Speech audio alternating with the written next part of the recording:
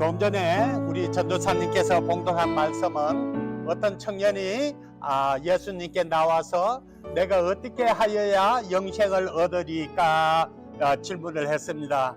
그런데 예수님께서 그 청년이 높은 관직에 있고 또 굉장히 부자인 줄 알았으므로 대답하시기를 너가 있는 모든 것을 다 팔아서 가난한 사람들에게 나누어 주고 그 다음에 나를 따르라, 이렇게 예수님께서 말씀하셨습니다. 그래서 오늘의 제목을 손해 볼 줄 아는 사람이라 하는 제목으로 말씀을 드리고자 합니다. 그 청년에게 주셨던 예수님의 말씀, 가난하게 살아라 하는 뜻이겠지요. 혹 여러분들 가운데서 남에게 도움을 주고 손해 본 사람이 있습니까? 많이 있으리라 믿습니다. 예수님의 영광을 가리지 않게 하기 위해서 예수님을 믿기 때문에 손해를 많이 보셨으리라 믿습니다. 그런데 걱정하지 마십시오. 바르게 살려고 할 때에 손해 볼 수가 있습니다. 거짓말을 할 수 없기 때문에 손해를 볼 수가 있습니다. 크리스찬이기 때문에 손해를 볼 수가 있습니다. 그러나 의를 위해서, 하나님 나라를 위해서 내가 손해 볼 때에 하나님께서 돈으로 바꿀 수 없는 하늘의 보화를 여러분께 채워주시리라 믿습니다. 성경에는 나보다 남을 낮게 여기라, 양보하면서 살아라, 오른밤을 맞으면 왼밤을 대주어라, 손해보고 살아라, 원수를 사랑하라, 역설적인 말씀이 많이 있습니다. 여러분도 이 자리에 있기까지 전에는 많은 손해를 보고 살아셨으리라 믿습니다. 예수님 때문에, 예수님의 가르침 때문에 그렇게 살아오셨으리라 믿습니다. 예수님은 이 세상에 오셔서 철저하게 손해만 보시다가 손해만 보고 가셨습니다. 한 번도 자신의 유익을 위해서 남에게 요청을 해본 적이 없으신 분이 예수님이십니다. 영적으로 정신적으로 핍박과 업심여김을 당하고 나중에는 우리를 위해서 자기의 몸까지 내어주신 분이 바로 예수님이십니다. 철저하게 자기를 보호하는 극단의 이기심을 제지한 사람들이 마지막에 보이는 모습이리라 생각합니다. 예수님께서 이 세상에 오셔서 가르치신 진리는 역설적입니다. 손해보는 인생이 되라, 자기를 부인하고 십자가를 지고 나를 따르라, 자기를 잃어버린 자가 찾는 자가 된다, 먼저 주라 그리하면 너가 얻으리라, 먼저 존경하라 그리하면 너가 존경을 받으리라, 핍박을 받는 자, 온유한 자, 가난한 자가 복을 받는다고 말씀했습니다. 손해보는 인생이 될 때에 하나님의 의가 드러나고 하나님의 나라가 이루어지고 또 이 세상의 것과는 비교할 수 없는 놀라운 상급을 받게 될 것이라고 성경은 말씀하고 있습니다. 자이든 타이든 내가 손해를 보아서 남에게 도움이 된다고 생각하면 그것 때문에 감사한 마음을 가질 수가 있지 않겠는가 하고 생각합니다. 너무 내 자신의 이익만을 생각할 때에 우리는 늘 불안합니다. 그리고 여러 가지 모양으로 남에게 피해를 주고 스스로를 소외당하는 자리에 서게 됩니다. 오늘 본문 말씀에 부자 가는이 예수님께 찾아가서 어떻게 하여야 영생을 얻으리까 하고 물을 때에 너게 있는 모든 것을 다 팔아서 가난한 자에게 나누어 주어라고 누가복음 18장 22절에 말씀하셨습니다. 이 말씀을 가지고 손해볼 줄 아는 사람이라는 제목으로 함께 은혜를 나누고자 합니다.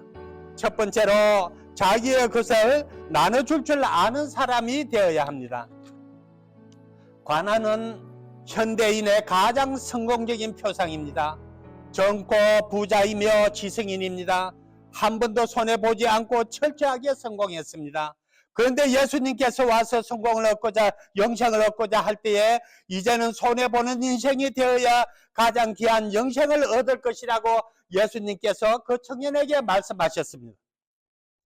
유대인들은 부자가 가장 성공한 사람이라고 생각합니다. 풍요함이 곧 신이 되어 우상화되어 있습니다. 율법은 지켰지만 실제는 우상을 섬기는 이러한 약점을 아시고 예수님께서는 너가 이제는 어려운 사람에게 나누어 줄 아는 사람이 되어야 이 세상에서 돈으로 살 수 없는 가장 귀한 영생을 얻게 될 것이라고 말씀했습니다.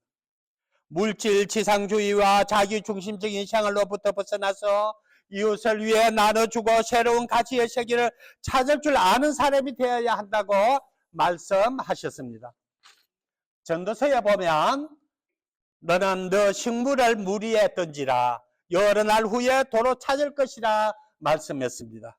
식물을 물 위에 던진다는 것은 낭비이며 철저하게 손해보는 것 같지만 실제로 장마가 지나고 난 후에 그 씨앗이 옥토에 떨어져서 풍년이 돌아올 것이라는 말입니다.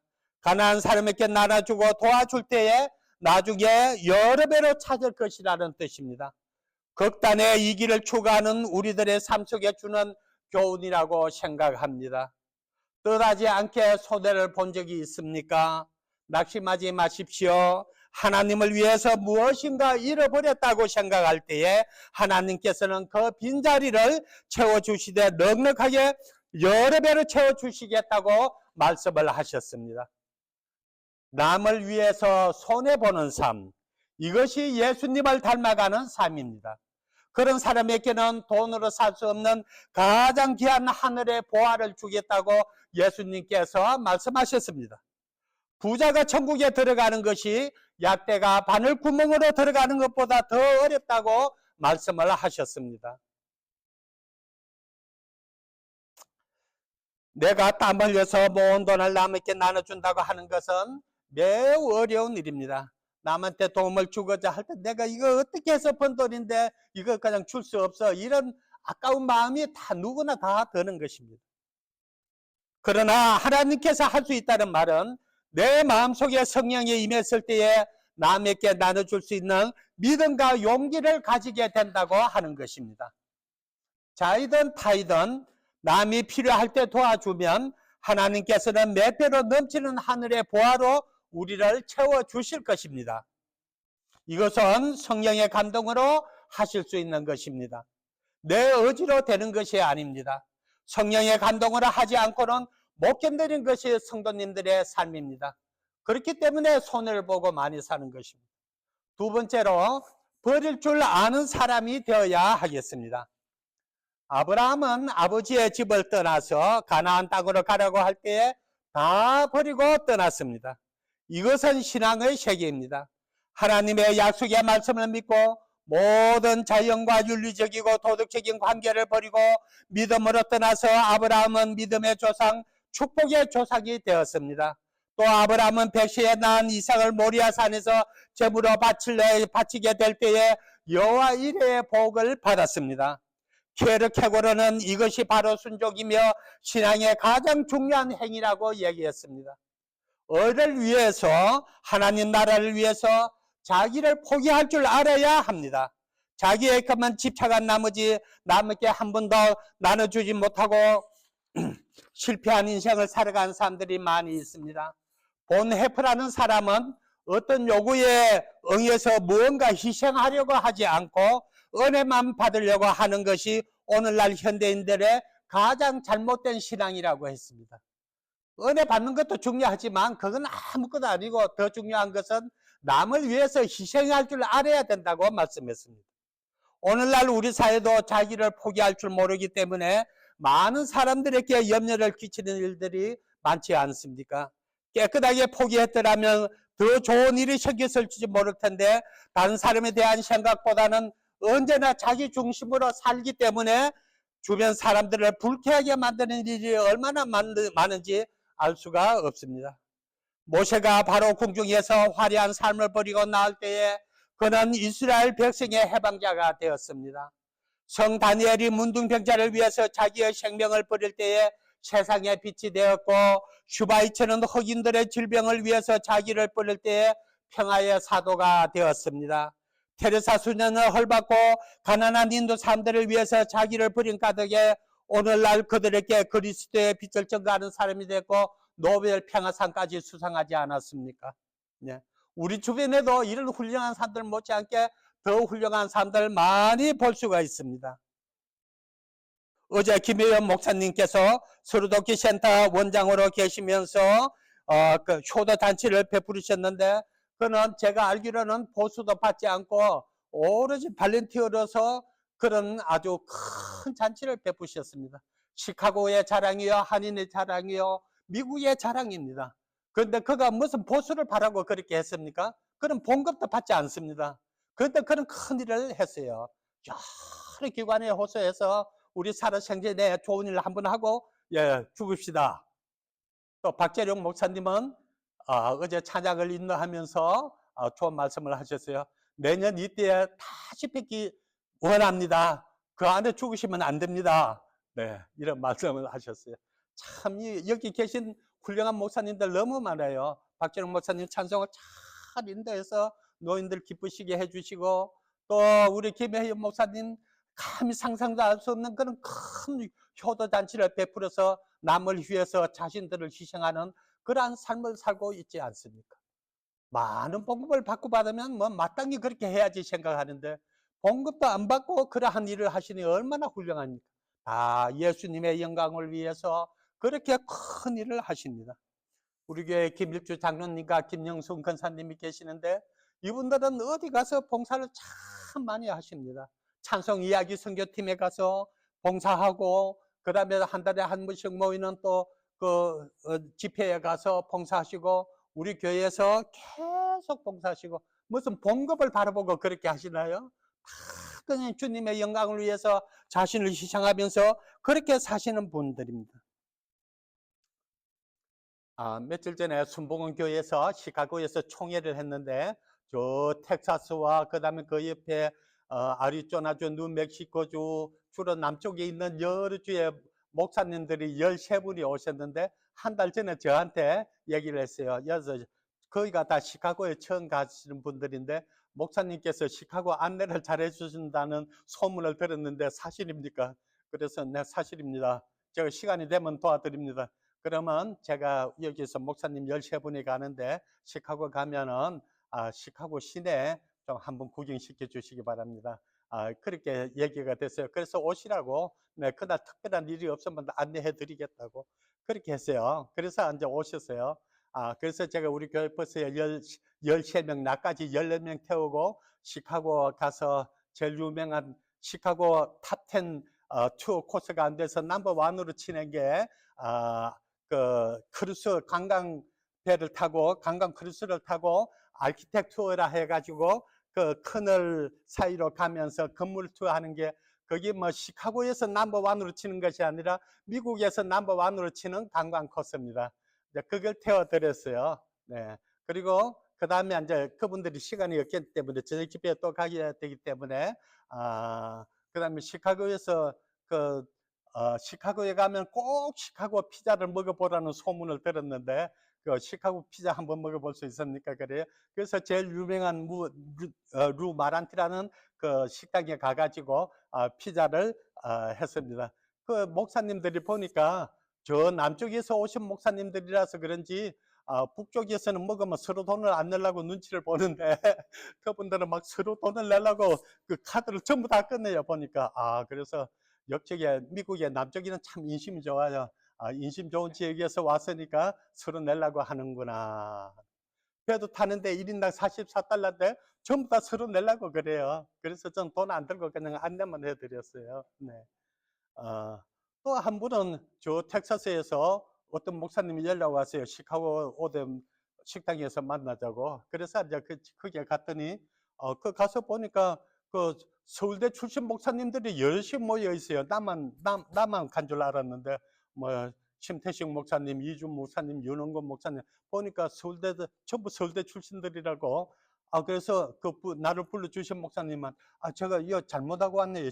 제가 낄 자리가 아닌데 저 돌아가겠습니다. 그랬더니 아닙니다 하면서 나를 부른 텍사스 목사님이 시카고 가면은 안영배 목사를 꼭 보고 오라고 저 텍사스에 소문이 나서 내가 목사님 특별히 불렀습니다. 그렇게 하고 가려고 그랬더니 그분이 이제 서울공대를 나오신 분인데, 연구원으로 있다가 목사가 되신 분인데, 텍사스에서 말하기를 시카고에 가면 꼭 안정배 목사를 만나보고 와야 된다고 그래야 많은 대접을 받는다고 그렇게 소문이 나 있대요. 그래서 이제 그 자리에 갔더니 전부 그냥 서울대 출신 목사들만 쫙 모여가지고 뭐 집회를 가지는 거 봐요. 그래서 제가 잘못 왔습니다. 저는 사관학교 출신입니다. 서울대 안 나왔습니다. 하고 이제 빠져나오려니까 그냥 끼라 그래가지고 거기서 시간을 보낸 적이 있었습니다. 제 자랑하려고 하는 게 아니라 시카고 오면 제가 손님들 구경을 시켜주니까 그게 좋게 소문이 퍼져가지고 그냥 오면은 그냥 저한테 전화를 해요. 제가 시간이 없을 때는 안 되지만 시간이 있으면 그런 일을 많이 했습니다. 텍사스에서 이번에 순복음 교대 총회 할 때 목사님 13분이 온다 그래서 저는 집에 나서기 전에 마음속으로 계산을 합니다. 오늘은 얼마나 손해를 보고 살 것인가. 예, 요 정도까지는 내가 돈을 쓸 수 있겠다. 그렇게 딱 계산하는데 하나님께서 다 채워주시는 것입니다. 예, 손해보고 살아라고 할 때에 그냥 하나님께서 손해보게 그렇게 버려두는 것이 아닙니다. 어떤 방법으로든 채워주시는 것이 제가 몇십 년 동안 목회하면서 체험했던 내용입니다. 소금은 녹아져야만 맛을 냅니다. 그대로 있으면 맛을 내지 못합니다. 초가 제 몸을 태울 때에 빛을 발하는 것입니다. 손해를 볼 줄 아는 사람이 될 때에 내가 빛이 되고 소금이 되는 것이지, 내가 그대로 살아있을 때에는 아무런 역할을 하지를 못하는 것입니다. 우리 침례교단에 김병부 목사님이라고 계시는데, 그분은 시카고에 오자마자 여러 어르신들 은퇴 목사회 모임이 있는데, 그 은치는 목사님들한테 매주일 한 번씩 수요일, 십몇 년 전부터 지금까지 거의 한 번도 안 빠지고 수요일 날 아침에 식사 대접을 해요. 네, 참 훌륭한 목사님인데, 그 목사님도, 그래서 내가 이제 은친회 회장을 하기 때문에 이 목사님이 1, 2년도 아니고 십몇 년 동안 이렇게 봉사를 많이 하니 우리가 기념패를 하나 만들어 드리자, 감사패를 하나 만들어 가지고 전달을 하려고 하니 그분이 막 결사반대를 하면서, 목사님 왜 이러십니까? 저 이거 받으면 그냥 하늘에 가서 상급 하나도 못 받습니다. 왜 이렇게 하십니까? 그래요. 그래서 또 그 함께 모였던 목사님들이 놀래가지고, 이거는 내가 회장이 내가 주는 게 아니고 다 어느 내가 주는 거니까 받으라고 그랬더니, 거기는 참 십몇 년 동안 이렇게 봉사를 많이 하셨으니까 거기에 대한 뜻으로 이 기념패를, 감사패를 드립니다. 그렇게 앉아 써가지고 했는데, 그분은 막 그냥 결사반대를 하는 거예요. 도저히 받을 수 없다고. 이거 정성스럽게 만들어 왔는데 받아야지 하니까 안 받으려고 그래요. 제가 아무것도 한 것이 없는데 수요일 날 십몇 년 동안 매주 목사님들한테 식사 대접한 거 그것밖에 없는데 뭐 그거 가지고 그냥 그거 하나 가지고 이런 감사패를 주려고 하십니까? 이렇게 하는 거 보고 거기에 모였던 목사님들이 다 놀랐어요. 결국 못 주고 말았어요. 그러면은 기왕에 만들어 놓은 거 그냥 한 내년이나 그 다음에 줄 테니까 그때는 받으러 가고 지금 그 감사패를 보관해 놓고 있습니다. 자기를 희생하고 포기할 줄 아는 사람에게는 돈으로 살 수 없는 가장 귀한 것으로 축복해 주시는 것을 경험할 수가 있는 것입니다. 이것이 바로 기독교의 진리입니다. 본문 29절 말씀에 보면, 하나님의 나라를 위하여 집이나 아내나 형제나 부모나 자녀를 버린 자는 금세에 있어 여러 배를 받고 내세에서 영생을 받지 못할 자가 없느니라고 말씀을 했습니다. 그 종들의 희생을 늘 기억하시고 금세에서뿐만 아니라 내세에서도 가장 귀한 것으로 갚아주시겠다고 하셨으니 너무 조급해하지 마시기 바랍니다. 주님을 위해서 버릴 줄 아는 사람은 그의 마음속에 이미 남이 갖지 못하는 평안과 기쁨과 행복이 넘치는 삶을 축복으로 받고 있다는 사실을 알아야 합니다. 사라복 가부가 흉년이 들었을 때에 밀가루 한 옵밖에 없었습니다. 마지막으로 아들과 함께 떡 한 덩이를 구워 먹고 죽으려고 하는 찰나에 엘리야라고 하는 선지자가 나타났습니다. 엘리야는 내가 배가 고프니 그 떡을 나에게 좀 주시오라고 할 때에 가부는 웬만하면 우리가 마지막으로 이 떡을 먹고 죽으려고 하는데 이거마저 달라고 합니까? 이렇게 반문했을 것인데, 그러나 이 가부는 그래요. 우리가 이걸 먹고 죽거나 안 먹고 죽는 거나 마찬가지죠. 당신께 드릴게요 라고 하면서 굶어가는 자기 아들을 뒤에 두고 엘리야에게 그 떡을 주었을 때에 비가 오지 않는 3년 6개월 동안 그 사레국 과부의 항아리에 기름이 마르지 아니하고 가루가 마르지 아니하는 복을 받고 살았다는 그러한 얘기입니다. 하나님 나라를 위해서 손해볼 줄 아는 사람에게는 채워주시되 넉넉하게 채워주십니다. 예수님께서 광야에 모인 군중들을 어떻게 먹일까 고심하고 있을 때에 한 소년이 보리떡 5개와 물고기 2마리를 예수님께 드리자 예수님께서 축사하셔서 5,000명을 배불리 먹이고도 12강주리가 남았습니다. 자기 혼자 배부를 것을 포기하고 남에게 나눠줄 때에 모든 사람을 배불리 먹이고도 12강주리가 남는 것이 손해볼 줄 아는 사람에게 주시는 하나님의 축복의 원리입니다. 남에게 미움받는 존재가 되지 마십시다. 소외받는 존재가 되지 마십시다. 우리도 미움을 받는 존재가 되지 않을까 염려합니다. 어제 효도잔치를 할 때 우리 서로도끼센터 김혜은 원장님께서 저한테 부탁을 했어요. 코라마 아파트 가서 좀 모시고 노인들 모시고 오고 그 다음에 무궁화 아파트 가서 노인들 모시고 오시라고. 예, 그래서 코라마 아파트에 갔더니 이제 할머니 할아버지 8분이 타셨어요. 빈자리가 몇 자리 있어서 그 다음에 이제 무궁화 아파트에 갔더니 10명이 줄을 서서 기다리고 계세요. 그래서 15명밖에 못 타니까 전부 18명인데 나까지 19명인데 하여튼 사람들 보니까 다 그냥 날씬하게 생겼어요. 네, 그래서 다 탈 수 있겠다 내가 생각을 하고 다 타보라 그랬어요. 그러니까 15명 타고 나니까 4사람이 남아있는데 조금 이렇게 비좁게 앉으면 다 앉을 수 있을 것 같아요. 그분을 못 되면 모셔다 놓고 또 돌아와야 되거든요. 그래서 이제 다 하여튼 뭐 한 자리에 4명씩 앉게 해가지고 5줄이니까 다 타고 모셔다 드리고 이제 돌아가는 길에 어떤 일이 발생했는가 하니 제일 앞자리에 어떤 할아버지가 앉으셨는데 욕을 잘하는데 어떤 욕을 하시는가 하니 세상에 서로도끼센터에서 하나씩 모든 선물을 나눠줬는데 두 개 받아가지고 가는 놈이 있다고. 이거 막 그냥 죽일놈 살릴놈 막 온갖 욕을 다 퍼부어요. 2개 받아간다고. 2개 받아가면 단 사람 한 사람이 못 받을 거 아니냐.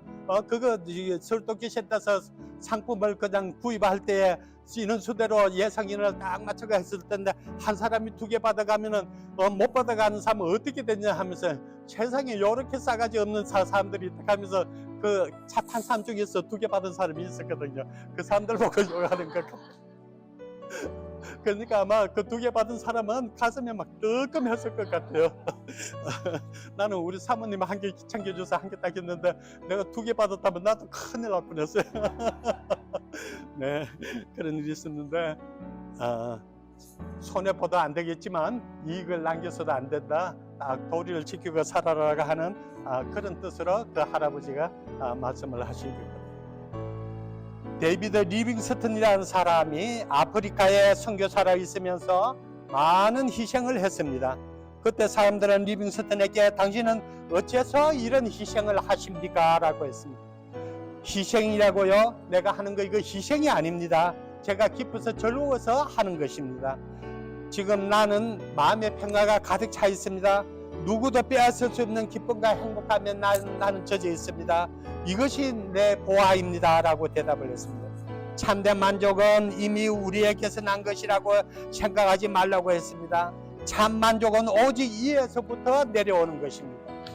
돈과 명예와 지성을 가졌던 젊은 관원은 하나님께로부터 오는 참 만족인 영생을 얻으려고 했지만 버릴 것을 버리지 못하는 까닭에 섭섭한 낯을 띠고 돌아갔다고 했습니다.